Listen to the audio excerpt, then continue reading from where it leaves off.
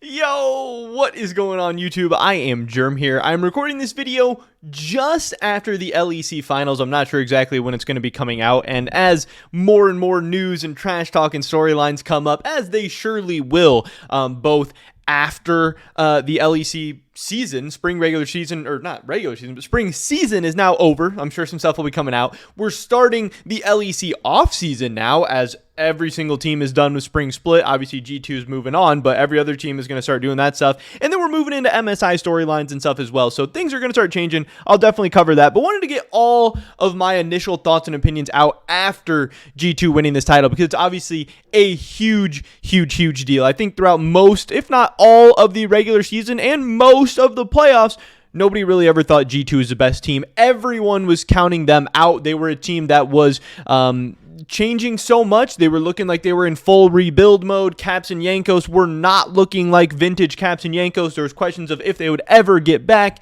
Maybe G2's the third best team in the LEC. Maybe they're even below that. Who's going to win, Fnatic or Rogue? All these things. But G2 silenced all of that and proved that this really might be their year. And they punched their ticket to MSI. They captured another LEC title. And there's so much to talk about. So definitely drop a like if you guys do enjoy this video. I would appreciate that so much. And subscribe to stay up to date on all my latest content. Help us run those numbers up a little bit and make sure you don't miss out on any of the videos we have coming out very soon. With that being said, let's get right into this.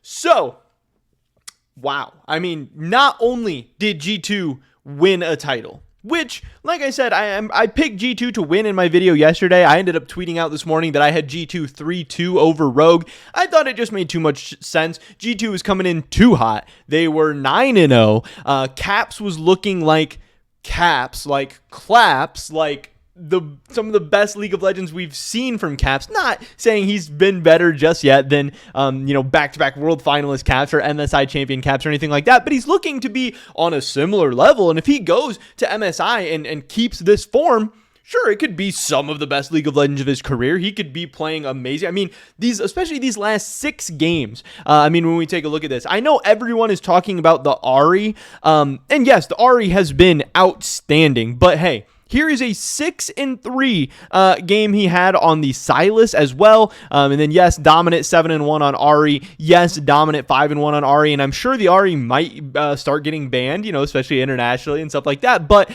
it's not like Ahri is the only problem. And then, obviously, fast forward to the finals where, yes, more Ahri, 11-3. Game 1, another Ahri game where he's 8-0. But hey, he gets a Corki game in there too. He still goes 7-2. So again, it's not as simple as Caps is really good at Ahri. It's Caps is really good at League of Legends, and he's playing great right now.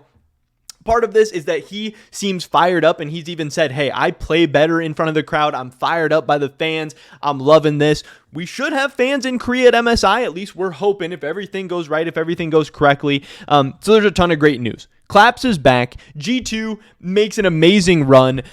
We have all of these, different tweets and stuff coming out, like Perks tweeting that I was the problem. That's really funny. Obviously, G2 showing that they are able to move on from the Perks era, because even, before Caps, it was Perks' team, Perks' franchise. He helped them accomplish everything they had accomplished. And then Caps comes into the mid lane. He's still a beast. He's still, super dominant. He helps them make it to World Finals, win MSI and all this stuff. But Perks is still there. Perks is still a huge part of it. Even if, Perks wasn't necessarily their best player on the Rift as AD carry. He was a cracked AD carry sometimes, but, by and large, they were carried by Jankos, Caps, a lot of these other guys. Perks' leadership, his mentality, his intangibles were still there. And then ever since he was gone, especially last year, it seemed like they were trying to make up for that a little bit, and they were missing something. But now to be able to move on from Perks and show that, hey, G2 is much more than Perks. G2 is much more than any individual player.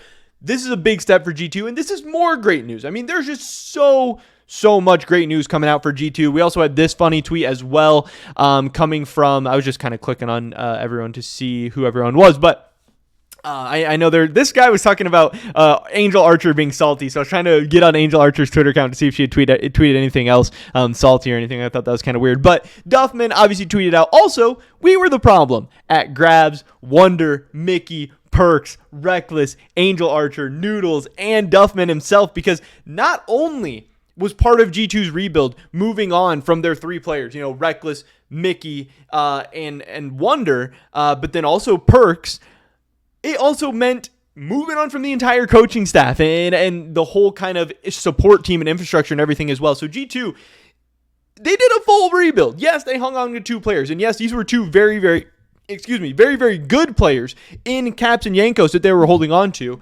But Caps and Jankos weren't amazing last year. It's not like that they were for sure going to be world-class players and that made it super easy to piece around them. They needed Caps and Jankos to come back and be good, but then also had to piece players around them. This was a full rebuild. And this really, some of the other great news is G2 proving that they are by far the best organization in the LEC, by far the best organization in the West, and it is not even close. They are now really, again, like I said, they had the Perkz era, they had the Perkz AD carry era, and now they're in like this post-Perkz era where they have been finding different ways to be great in all 3, capturing another title, which was just absolutely insane. And again, in the manner in which they did so, yes, getting knocked down to the lower bracket, losing 3-1 to Fnatic, but then going on a 12-game win streak, not just winning series, but dominating series with a very, very young and inexperienced bot lane with Broken Blade, who, yes, he's won an LCS title, but he's also played on some very, very bad teams like Schalke in the LEC as well. So Broken Blade, he hasn't been like a guaranteed, if you have BB, your team's going to be good. He's been a good player, but, a lot of different pieces here. The fact that they found Flockhead when he was not necessarily a super hyped up ERL prospect and definitely a guy that a lot of people were skeptical of, and being able to grow him and mold him into the beast that we're seeing in the LEC playoffs right now. Targamas being an absolute monster. That's a guy we've seen in the LEC before, and hey, he wasn't looking like this. He wasn't playing like this. He wasn't winning LEC titles. Again, this just speaks volumes to Carlos. Love him or hate him, and I don't always love him. I respect him, but I don't agree with everything he does or says, and sometimes I think he's done some very, very, kind of questionable things. He's the best. He just proves it in Western League of Legends and in the world. He's one of the best, but in Western League of Legends, he is the best. And then again, if you are a G2 fan or European League of Legends fan, there were questions about how good Europe was this year or how good G2 was or how good we were going to be able to do internationally at MSI or whatever. But again, the fact that we are sending a team on a 12-game win streak to MSI in amazing form, that's great news. Again, like whoever you thought the best team was going to be or going to win playoffs, whatever, if we're sending a team on a 12-game win streak who is clearly shown to not only be, better, but hotter and in better form than all these other teams, that is a great sign. And I hope this G2 team, whether you like Rogue or whatever, sending G2 is more fun. Sending G2 is more exciting. Sending Caps and Jankos has to give us a better chance internationally than sending Rogue and them trying to figure out things at MSI for the first time. So I really think for the LEC and LEC fans, this is a great case scenario. And I don't know how well this team's going to do, but there's rumors that the LPL might not even be going to MSI. You got to think G2 is going to be just as good, if not better, than any team that the LCS is going to send. Yes, that T1 team is very, very scary. But if anyone is going to stand up to Faker in T1 even after this undefeated run, which, yes, this undefeated T1 team does sound and look scary, but there's a little bit of an asterisk by it. The LCK was kind of going through a weird split this year. There was a lot of COVID. There was teams getting sick, players having to sub out. There's some people saying that, hey, maybe this isn't the best LCK team of all time just because they went 20-0 or whatever. But if there's anyone who's not going to be scared of them, who's not going to have to clear that mental hurdle, it's going to be Caps and Jankos, who have beaten Faker and some very, very good SKT teams before, and they're hyped up and ready to do that again. So again, so much great news for G2.